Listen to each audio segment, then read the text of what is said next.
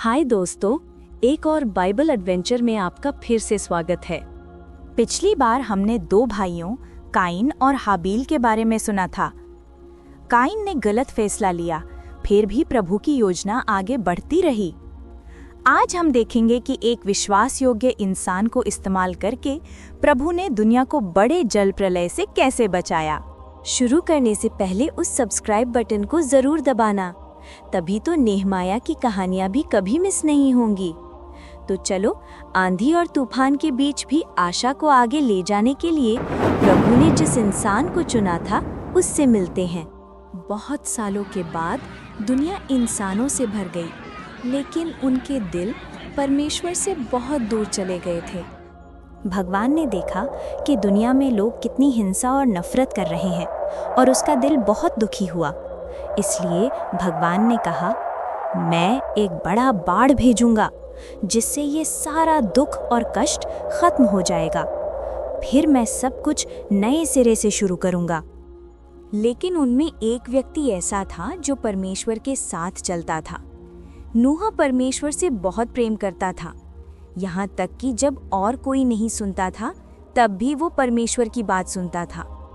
दुनिया ने उसे नज़रअंदाज किया, फिर भी नूह दूसरों की मदद करता रहा। इसीलिए प्रभु ने नूह को चुना था ताकि तूफान के बीच भी वो आशा को अपने साथ ले जा सके। एक दिन प्रभु ने नूह को बुलाया और उससे एक बड़ा काम सौंपा। नूह, एक बहुत बड़ा जहाज बनाओ, मजबूत लकड़ी से ऐसा बनाओ कि उसमें तुम्हारे परिवार के लिए भी और सब जानवरों के लिए भी जगह हो, ताकि आने वाले महाबाढ़ से तुम भी, तुम्हारा परिवार भी और सारी सृष्टि भी सुरक्षित रह सके। हर जाति से नर और मादा एक एक जोड़ी को साथ ले आना और उनके लिए भोजन और जरूरी सामान भी तैयार रखना।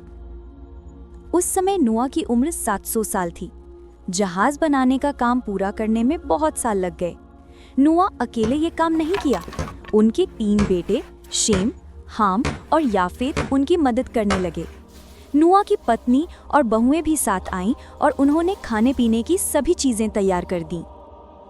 उन्हें ये नहीं पता था कि बाढ़ कब आएगी, लेकिन उन्होंने परमेश्वर पर पूरा भरोसा रखा।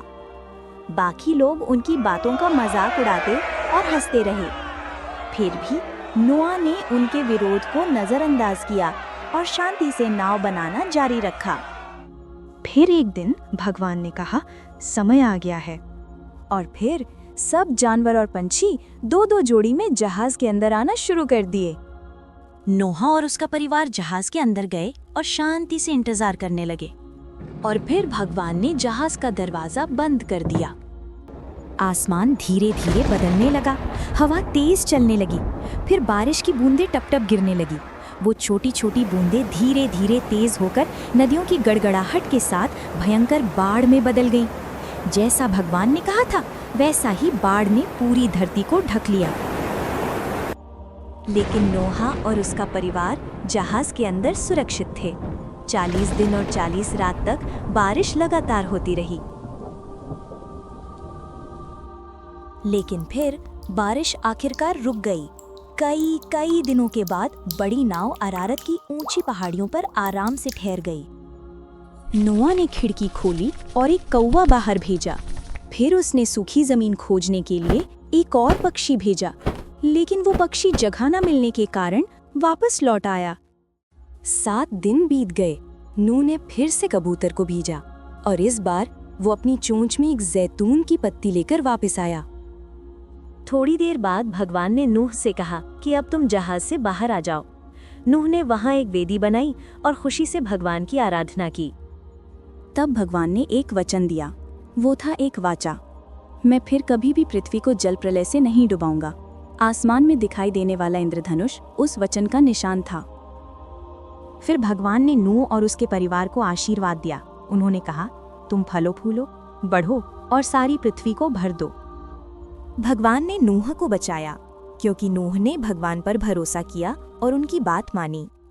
नूह की तरह हम भी भगवान पर भरोसा कर सकते हैं और उनके रास्ते पर चल सकते हैं, क्योंकि भगवान हमेशा अपने वादों को निभाते हैं। लेकिन कुछ ही दिनों में लोग फिर से भगवान को भूलने लगे। उन्होंने सोचा, चलो एक ऐसा मीनार बनाते हैं जो आकाश को छू सके। लेकिन भगवान के पास एक अलग योजना थी। जब लोग भगवान को भूलकर घमंड में डूब गए तो क्या होगा? नेक्स्ट टाइम नेहमाया स्टोरीज में देखेंगे।